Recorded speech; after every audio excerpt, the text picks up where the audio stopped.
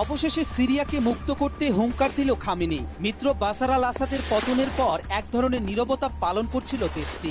অবশেষে মাঠে নামলেন ইরানের সর্বোচ্চ নেতা আয়াতুল্লাহ খামেনি। আসাদ সরকারের পতনের পর প্রথমবারের মতো সিরিয়া সংকট নিয়ে হুঙ্কার ছেড়েছেন ইরানের সর্বোচ্চ ধর্মীয় নেতা।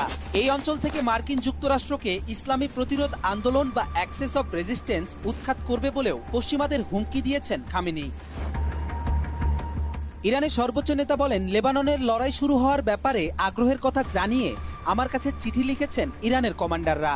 এমনকি সিরিয়ার ঘটনা আমাদেরকে এবং আমাদের কর্মকর্তাদের জন্য শিক্ষা যে শত্রুদের কখনো অবহেলা করা উচিত নয়। তবে আমাদের গোয়েন্দা কর্মকর্তারা সিরিয়ার কর্তৃপক্ষকে 1 মাস আগেই সতর্কবার্তা পাঠিয়েছিল, কিন্তু সেই আভাস কানে তোলেননি তারা।